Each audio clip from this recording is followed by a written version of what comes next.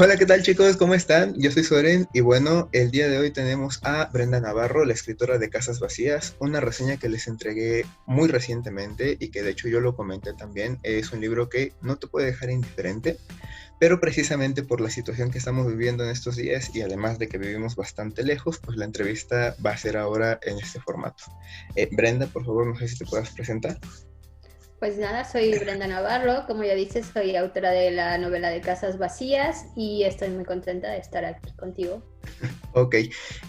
Bueno, antes que nada vamos a hablar un poquito sobre lo que fue todo el proceso de Casas Vacías porque me parece un proceso bastante interesante. Igual, todo el mundo ya lo ha comentado, pero pues no se puede dejar de mencionar el hecho de que pues empezó como una publicación por parte de una editorial independiente, ¿no? Caja Negra, que la he escuchado, pero honestamente yo no sé exactamente a todo lo que se dedican. Sé que es periodismo, bueno, periodismo como tal, no sé si tengan alguna especialidad o algo similar, pero bueno, para empezar, no sé si me puedes contar de Caja Negra y como todo el proceso que tuvo la novela hasta llegar, por ejemplo, a Storytel, que fue el lugar en donde yo la escuché. Vale. Bueno, yo escribí la novela y no estaba muy segura de querer iniciar ese proceso que tienen muchos escritores sobre estar preguntando a las editoriales si quieren recibir mi manuscrito. Lo hice en algunas ocasiones con personas que yo pensaba que podían interesarles y por diferentes circunstancias la novela les parecía que no era un producto para sus editoriales. Y yo pensaba que justamente no quería que la novela fuera un producto editorial, sino que quería que la leyeran, ¿no? Que eso es cuando tú escribes, lo escribes para que alguien te lea. No importa Claro. si es tu mamá, tu novio o quien sea, lo que tú quieres es ser leído, quieres compartir lo que has escrito. Así que yo me acerqué a Caja Negra, que en ese momento era un proyecto de periodismo completamente digital, enfocada en los derechos humanos. Me acerqué a Liz, me acerqué a Quetzal y me acerqué a César y les comenté que yo lo que quería era un espacio donde poner la novela para que se descargara gratis, ya fuese en PDF o en otro tipo de archivos digitales. Y ellos tuvieron la disposición, les pareció muy buena idea incluso explorar esta parte de editoriales y trabajamos muy rápido. Yo creo que todo fue en 3 meses. Yo ya tenía la novela. Una amiga mía, que es una gran editora que se llama Laura Ramos, me ayudó a editarla, me ayudó a darle forma y otras personas se acercaron a ayudarnos a maquetar, etcétera. Todo eso en un tiempo récord para que yo pudiera ir a presentarla a la Ciudad de México en 2018. Es decir, fue un Ok. trabajo colectivo en el que no solamente estaba Caja Negra como tal, sino personas que creían en la novela y que pensaban que era una muy buena idea difundirla digitalmente. Entonces la presentamos con una edición impresa de al menos, o más bien máximo 100 ejemplares, Ujú. y la presentaron, tuve el honor de que la presentaran Yuri Herrera, Sara Uribe y Odette Alonso. Yo tenía las ganas de que ellas lo presentaran porque quería dialogar con ellos sobre qué les parecía la novela. Y de ahí la novela se empezó a compartir de boca en boca, de WhatsApp en WhatsApp, ¿sabes? Fue una cosa que fue creciendo sin que nosotras tuviéramos incluso la intención de medirla, ¿no? De pronto nos dimos cuenta que se había ido, digamos, de nuestras manos, Ujú. que ya no era una novela que perteneciera como a mí como autora o a Caja Negra como proyecto editorial, sino que los círculos de lectura o las lectoras en general estaban haciendo este trabajo que nosotras nunca habíamos planeado. Claro. Y también tuve la fortuna, y ya voy a colgar porque sé que es mucho de esta respuesta, No, no, que tú sigue, Fernanda por favor. Melchor Ujú. habló de mi novela en Babelia, en el periódico El País en español de 2018, Ujú. que era una de las novelas más interesantes de ese año, y de ahí cambió completamente mi vida.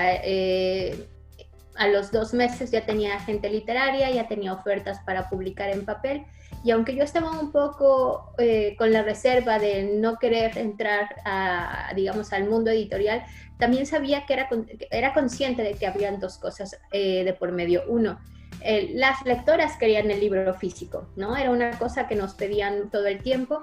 Ujú. Y dos, esto no le sucede a todas las escritoras todos los días, ¿no? Y Claro. menos a escritoras que no no tenemos las relaciones públicas que se necesitan para publicar, y entendí que esa era mi función en ese momento, ¿no?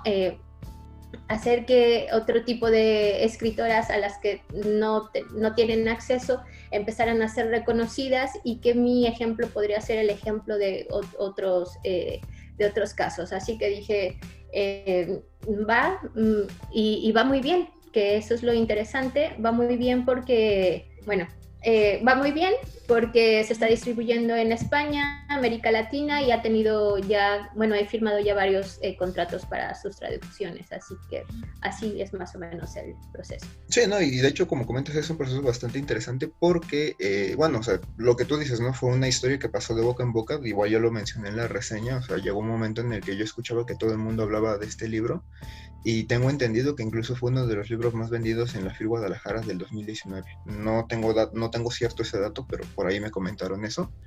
Y la verdad es que sí, lo que comentas, ¿no? Es un proceso bastante interesante porque, pues, tú me lo dijiste, ¿no? No es algo que pase con mucha frecuencia, y pues la verdad es que tiene un éxito rotundo.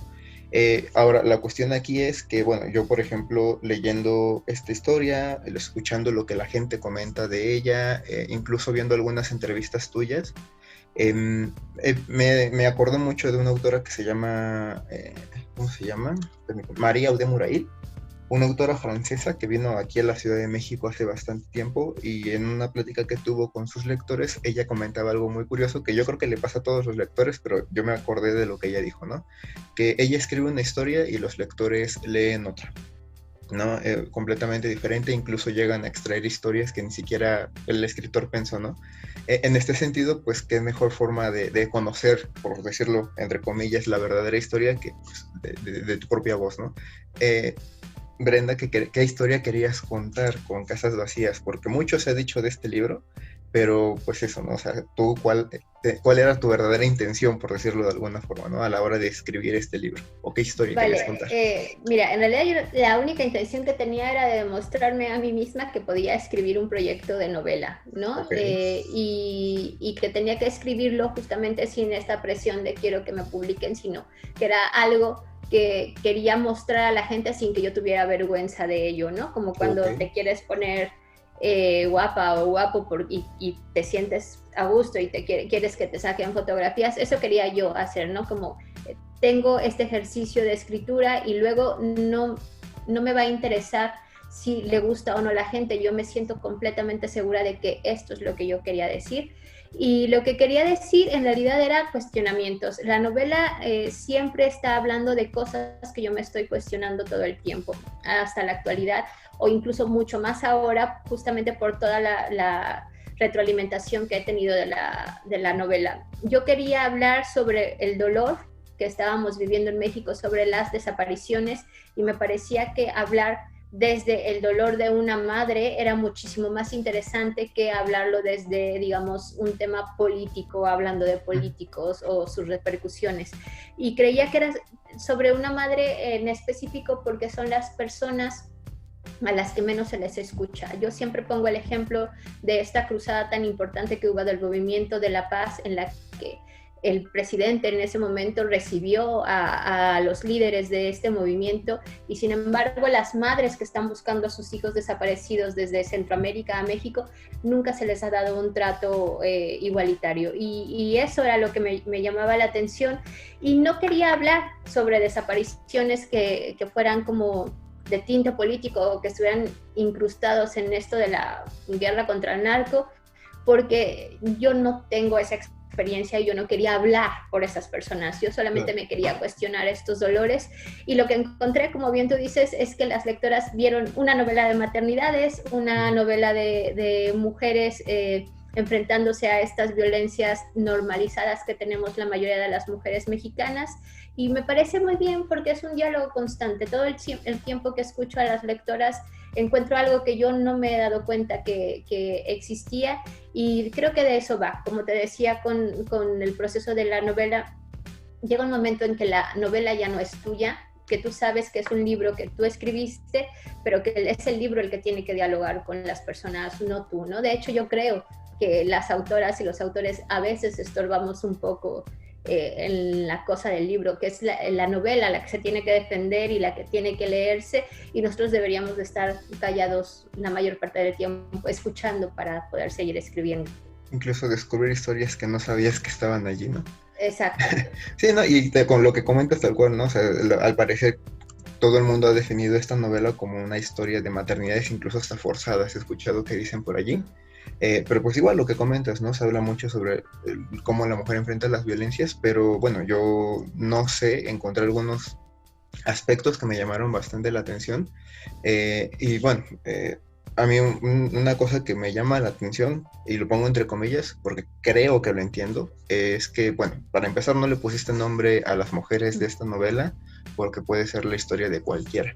Pero algo que me llama bastante la atención y que sí quería comentar contigo, porque no sé si lo estoy interpretando mal y pues eso no quería como quitarme esta duda, es que en cambio los hombres sí tienen identidad, sí los puedes señalar con el dedo, por decirlo de alguna forma, ¿no?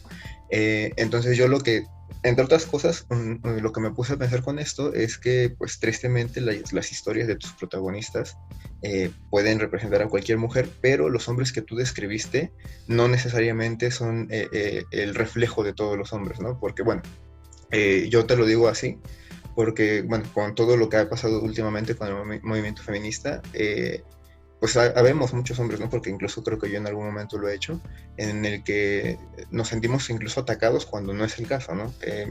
Nos sentimos atacados en el sentido de que las cosas malas que de repente llegan a cometer algunos hombres, pues nos ponemos el saco cuando a veces ni siquiera es cierto, ¿no? Entonces yo me puse a pensar en esa parte de que quizá esa fue tu intención, pero no sé si sea el caso. O esta situación de, no sé si me puedes explicar la diferencia, ¿no? De por qué a las mujeres no y a los hombres sí. Vale, bueno, aquí planteas varias cosas que me gustaría como puntualizar al Claro. responder. Uno, sí, definitivamente las mujeres no tenían nombre porque las mujeres en general seguimos mencionándolas como las mujeres, ¿no? No estamos hablando de personas en concretas, sino como que en el espacio público siguen siendo como las mujeres, las feministas, ¿no? Como un conjunto de cosas extrañas a las que no individualizan ni les dan personalidad en el espacio público y en las políticas públicas, etcétera. Eso por un lado.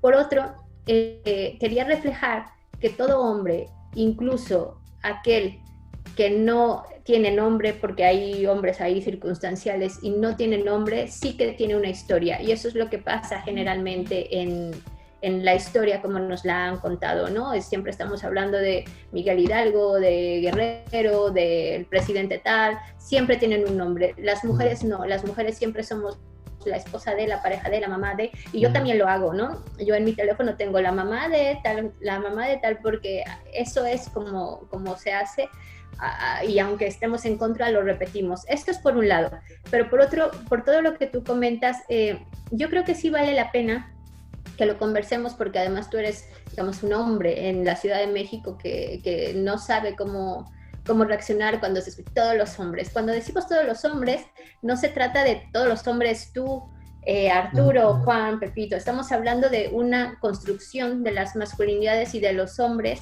que desgraciadamente se repiten, ¿no? Entonces, cuando ustedes, no digo tú, sino en general, las mencionan hacia las feministas, nosotras no decimos, está hablando de mí, ¿no? Porque hay quienes ni siquiera se nombran feministas. Entonces, si nosotras tenemos esa capacidad de entender que están hablando de un movimiento, creo que tenemos que empezar a hablar de esto con los hombres. No estamos hablando de personas individualizadas, estamos hablando de estos conceptos que ustedes también usan. Las mujeres son unas putas, las mujeres son feministas y siempre hacen la acotación, menos mi mamá, no, mi novia no, etcétera. Pues algo más o menos sería, ¿no? No estamos hablando. Ahora bien, puedo decirte que yo sí creo que la mayoría de los hombres criados en la sociedad mexicana responde a patrones educativos en los que tienen un machismo interiorizado, porque las mujeres también tenemos un machismo interiorizado. O sea, nadie se salva. La más mujer deconstruida que se pueda nombrar tiene machismos interiorizados, porque eso es justamente lo que nos hace ser lo que somos socialmente en México. Entonces, la intención era esta en la novela, pero ya cuando se pone esto dentro del debate público, sí es muy importante entender que para analizar a las sociedades tenemos que hacer estas generalizaciones que no son eso más que generalizaciones, ¿no? Ya cuando te vas al detalle, y que creo que es una de las cosas por las que abogan las mujeres feministas en todo el mundo, es justamente irte al detalle. A ver, yo soy una mujer, pero me llamo esto, tengo esta edad, vivo aquí, vivo acá. Tú eres un hombre que tiene esto, esto y esto y esto, pero eso ya tiene que ver más con a lo que quieren llegar las mujeres feministas, ¿no? Claro, ok. Bueno, no estaba tan lejos, pero sí, o sea, creo que lo interpreté un poquito mal. Pero bueno, me parece perfecto, ¿no? Y precisamente ahorita que hablas de esta cuestión de la educación, digo, igual y nos estamos saliendo un poquito del tema de la novela, pero es que pues a final de cuentas la raíz es tu historia, ¿no? Lo que me comentabas, ¿no? De que el tipo de educación que llegamos a tener en México y pues bueno, creo que en general en países latinoamericanos, está muy orientada pues a asimilar algunos machismos que de repente ni siquiera somos conscientes. Pero también otra cosa que me saltó muchísimo gracias a tu historia es que, por ejemplo, tenemos a dos madres, ¿no? Quien ya haya leído la novela y quien haya escuchado la reseña, pues ya sabe, ¿no? Una madre que no estaba segura de ser madre y que incluso termina siendo madre involuntaria de su sobrina. Y pues otra madre que no desea otra cosa más que ser madre, ¿no? Pero gracias a ese deseo soporta muchas cosas que no debería soportar, o al menos yo lo veo así. Bueno, y en ese sentido me quiero centrar en esta segunda madre, porque precisamente algo que me llamó la atención es como toda su historia de vida, ¿no? Como,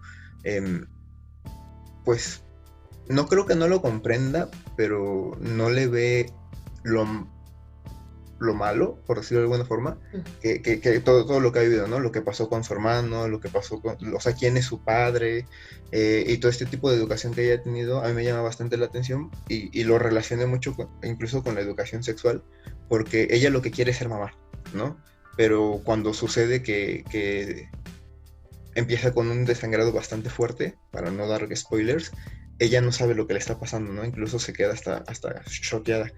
Y a mí me llama bastante la atención porque igual últimamente he visto esa parte en donde la gente se frustra, bueno, no la gente, las mujeres se frustran porque mucha de la educación sexual está como vinculada a no quedar embarazada, e incluso la cuestión de la responsabilidad de lo que es ay, se me fue la palabra.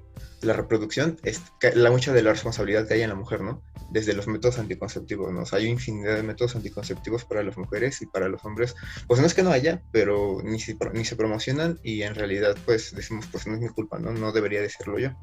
Entonces te digo, todo esto surge a través de tu historia porque algo que yo admiré bastante de un libro tan corto como lo puede ser una reproducción de 3 horas, creo que dura en Storytel, y creo que en físico tiene menos de 200 páginas, no sé si tengo bien el dato, pues tocas tantos temas, ¿no? Es una historia con muchas capas y bueno, ya lo comentamos, ¿no? Los lectores han extraído pues historias que surgen de tu idea de hablar de desapariciones, ¿no? Entonces, bueno, ya como para ir redondeando esto, creo que ya te lo escuché decir en otra entrevista, pero me gustaría que lo platicaras aquí. Volvemos a lo mismo de hablar de estas mujeres como sin identidad, pero aún así las dotas de bastantes características, que no quiero decir que son virtudes o defectos, porque en realidad creo que eso depende más bien de las circunstancias, y eso, ¿no? ¿Cómo fue que construiste a estos dos personajes, ¿no? Porque mientras la madre que fue madre involuntaria tiene culpas, tiene remordimientos, pero también tiene rencores, y la madre que, pues, al final de cuentas, no busca otra cosa más que ser madre, no es exactamente la mejor madre, ¿no? Y no sé si me estoy expresando de la manera correcta, porque Vale, pues es incluso hasta violenta, ¿no? Con su hijo. Ok, vale, yo creo, voy a empezar por el final, yo creo que ambas madres son violentas y ambas madres son cuidadosas a la vez, ¿no? Que esa es la contradicción. Yo esta novela la empecé a escribir pensando en la segunda voz, ¿no? O sea, el primer personaje que me vino a la mente con una imagen muy clara siempre fue la segunda voz, y de ahí supe que ella tomaba a este niño con la sombrilla roja. Y después ya planeándola entendí que esta voz no podía existir sin la primera voz.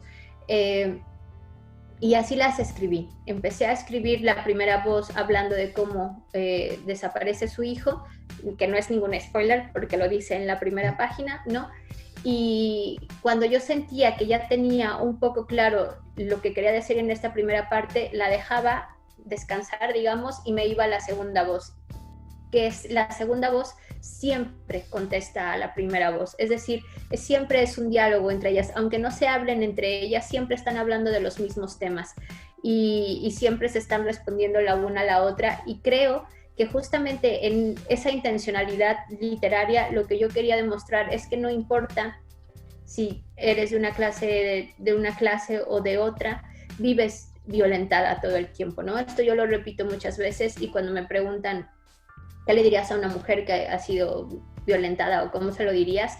Y respondiendo un poco a cómo iniciaste esta pregunta, todas las mujeres sabemos cuando hemos sido violentadas, siempre.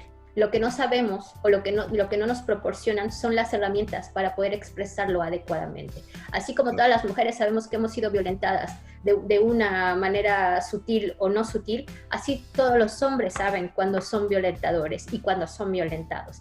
No necesitamos clases, digamos, teóricas para esto. Lo sabemos porque se siente corporalmente. Lo sabemos, tenemos remordimientos, no necesariamente culpas, pero remordimientos sí que lo sabemos. El cuerpo te está avisando. Para eso existen estas cosas de la adrenalina y todo eso. Cuando tú estás enojado o cuando te están agrediendo, la adrenalina salta. Entonces, lo sabemos. Lo que pasa es que ni hombres ni mujeres tenemos las herramientas para poder enunciar todas estas violencias que nos atraviesan corporal y socialmente, ¿no? En este sentido, digamos, lo que quiero decirte con todo lo que tú me estás expresando es que si bien estas mujeres no es que vivan todo el tiempo con culpa, sí se están cuestionando cómo tienen que vivir esa culpa, ¿no? Por un lado. Y por otro, también hacen cosas terribles. Ambas madres hacen cosas terribles que bien permiten esta ambivalencia de entender que una persona violentada inmediatamente puede ser violentadora, ¿no? Y que ese violentador luego puede ser la víctima. Es una cosa que es recíproca, que no es solamente de un lado o del otro. El problema es, especialmente en México, pero también en España y en muchos lugares, es que la mayoría de los hombres está respaldado socialmente para poder matar a estas mujeres, ¿no? Ese es el verdadero problema. El problema no es si los hombres son violentados menos o más, y de qué forma, porque los hombres también son violentados de muchas formas por el Estado, sino que ellos tienen el permiso social de violentar a las mujeres, así como el Estado tiene el permiso social de violentar a las clases medias y especialmente bajas, así los hombres, ¿no? Entonces, eso yo quería dejarlo claro en las conversaciones que ellas tenían, porque la primera voz también es violentada por su pareja. La pareja no le agrede, la pareja no es mala persona, pero una persona que es incapaz de conversar con alguien con la que vive, con la que convive, con la que su pareja también está violentando. Pero tampoco sabemos qué le pasa a estos hombres, ¿no? Y ya cierro con esto. Cuando estos hombres con nombre y apellido son incapaces de expresarles sus emociones a sus parejas, es cuando demuestras que ellos también están viviendo una serie de violencias internas en las que no saben expresarse. Y creo que ahí está el punto. Me ha tocado trabajar con hombres que tienen muchas ganas de no violentar, pero tampoco tienen las herramientas para no ser violentos, ¿no? Eso es una contradicción, porque así nos han educado, porque así es el sistema y porque específicamente en México los mecanismos de supervivencia siempre son violentos, y ahí es donde seguimos estando. Claro, sí, de hecho lo mencionas muy bien en una parte, ¿no? Bueno, o sea, no es, me voy a animar un poco como a meterme en la trama. Una escena que se me quedó bastante fue esta donde, pues, el esposo o la pareja de la segunda voz está con sus amigos en la casa y cómo es que esta mujer se resiste, ¿no? O sea, no quiere seguir ese patrón que pues a lo mejor muchas veces hemos visto y todo lo que sucede, ¿no? Cómo se enoja, cómo le grita y cómo dice que incluso lo está humillando, ¿no? Y bueno, me llama bastante la atención y creo que precisamente una de las cosas a las que se debe pues el éxito que ha tenido tu historia es primero que fuiste completamente sincera, ¿no? En el sentido de que, como tú mencionas, fue un producto del que tú te sentiste orgullosa, del que tú te sentiste segura que lo querías exponer. Pero también algo que me llama bastante la atención y lo pongo en contraste con una plática que igual tuve con otro escritor, en donde yo en algún momento me animé a preguntarle a un escritor que nos entregaba historias como de gente violentada, pero desde la parte, no me gusta ocupar esta palabra, pero no encuentro una mejor, víctima, ¿no? De parte de las víctimas y cómo es que ellas superan pues todo lo malo que les llega a suceder, ¿no? Y yo le llegué a preguntar, oye, están muy padres estas historias porque al final de cuentas es como un rayo de luz al final del túnel, si tú lo quieres ver así, pero ¿no sería también como prudente hablar de parte del violentador y no como para justificarlo, pero precisamente entenderlo, ¿no? Saber cómo es que se genera este ciclo de violencia? Y precisamente creo que esto yo lo veo pues en tu novela, ¿no? Lo que me comentas, ambas mujeres son violentadas, pero también llegan a tener ciertos rasgos pues violentos, ¿no? Entonces, pues, no sé, al final de cuentas es todo un siglo y lo que comentas, fue una historia bastante sincera, no te tocaste, ¿cómo decirlo?, el corazón o la fibra de la moral para hablar de las cosas como son, ¿no? Entonces, pues eso a mí me encantó y precisamente yo creo que es una de las cosas que más le ha gustado pues, a tus lectoras. Bueno, precisamente como para ir cerrando, ¿qué sigue para Brenda, no? O sea, estás participando en su proyecto, tu libro es indiscutiblemente un libro que ha llegado bastante lejos y felicidades por eso, pero pues eso, ¿no? No me gustaría como que me contaras o que nos contaras qué sigue para Brenda Navarro, ¿no? Bueno, ahora soy parte de un comité de un encuentro que se llama Escritoras y Cuidados, y lo que estamos haciendo es, el año pasado ya hicimos un encuentro presencial en el que invitamos a varias escritoras a hablar sobre las cosas que nos aquejan como gremio, ¿no? De cómo, si ganamos dinero por escribir, si tenemos tiempo, si nos sentimos validadas o no por el canon y si realmente queremos estar validadas por el canon, que eso es una cosa que se discute mucho dentro de la literatura. Creemos que las mujeres actualmente ya no estamos esperando al profesor o al maestro o al tutor que nos diga estás escribiendo bien, porque las lectoras son las que nos están diciendo que estamos escribiendo bien, y eso está muy bien.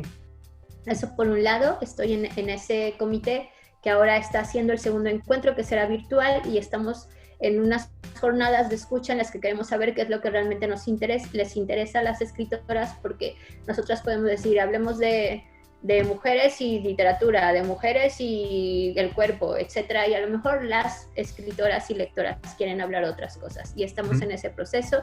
Bueno, pues estoy trabajando en la segunda novela y estoy trabajando en diversos proyectos que digamos que me tienen mucho más que ocupada en 2020. Para mí el 2020 ha sido un momento en el que la sociedad ha parado, pero la mayoría de las personas estamos trabajando el doble o el triple que lo que había anteriormente a la pandemia.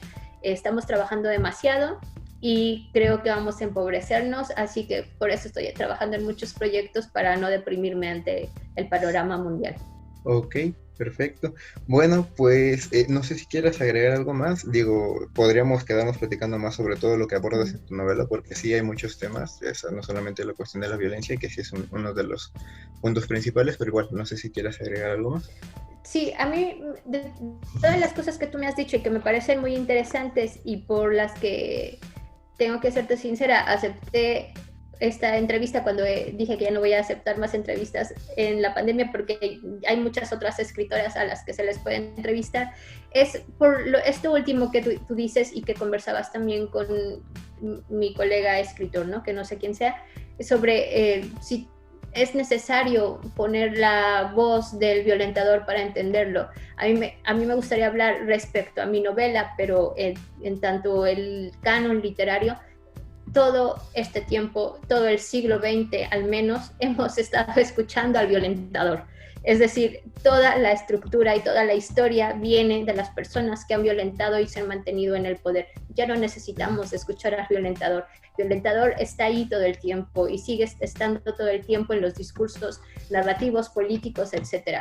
Lo que necesitamos que seguir haciendo es seguir cuestionando a ese violentador, porque, y hablando del tema específico en México, a veces hay cosas tan absurdas como que hombres con poder, con espacios de difusión, están diciendo que están siendo violentados por la libertad de expresión. No es cierto. Lo que están siendo son cuestionados porque nadie les cuestionaba antes. Y creo que eso ayuda a la literatura, ¿no?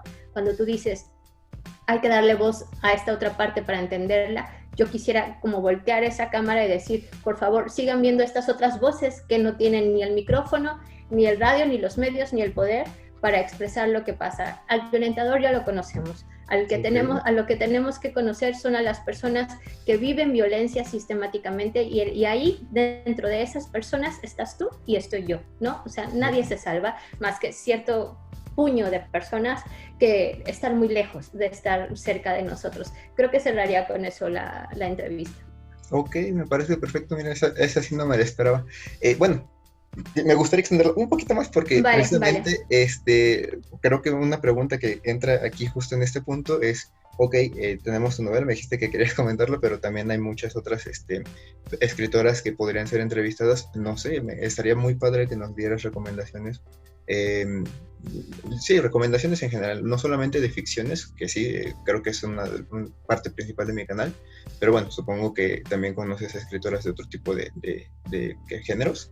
Estaría muy padre que nos recomendaras como esta parte de, no sé si decirlo otra perspectiva, porque lo que dices, no estamos como muy acostumbradas a cierto producto o a cierto tipo de discurso. Entonces estaría muy bien. Vale. Esta es una pregunta que siempre debería yo de tener en mi lista cuando sé que me van a entrevistar, porque nunca nos acordamos de las que realmente queremos mencionar. Pero mira, yo creo que actualmente en México la escritura más interesante que se está haciendo actualmente es la poesía de las mujeres, ¿no? Puedes encontrarlo en Poesía Mexa, puedes encontrarlo en Tierra Adentro, o puedes encontrarlo, sí, como en todos estos espacios y fanzines que no son como de los grandes monopolios editoriales. De verdad creo que la poesía en México ahora es el género y no se la está escuchando porque la poesía no da de comer en general, ¿no? Eso por un lado. Por ponerte nombres, Ivette Luna es una mujer que me parece muy buena, Rosario Loperena también me parece muy buena. Dejo a las mexicanas que son las que se me ocurren ahora, pero sé que hay más.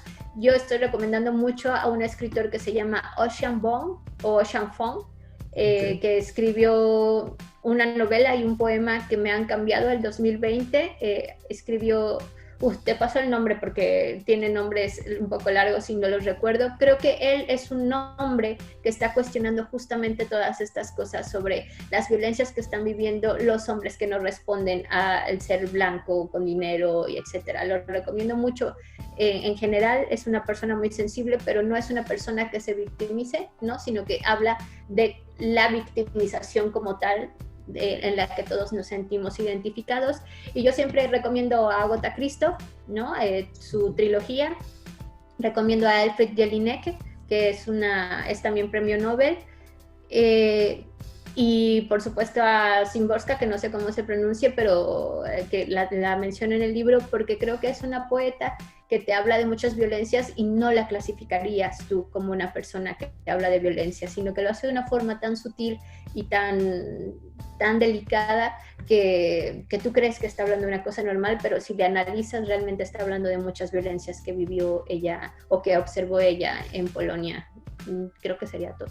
De ella es un fragmento del poema que aparece en tu libro de Estoy sentada en el parque. Todos los poemas son de ella. Sí. Bueno, es que es precisamente donde estaba sentada y que dijo que no iba a pasar la historia, sí me choqueó. Pero bueno, sí. Hasta aquí lo dejamos. Pues muchísimas gracias, vale, muy Brenda. bien. Eso fue, bueno, ella es Brenda. De todos modos, todas las recomendaciones que dejaste las vamos a dejar en la cajita de la descripción. Sí. Y pues muchísimas gracias por gracias a ti. entrevista. Y pues nada, chicos, eso ha sido por el día de ahora y nos vemos pronto.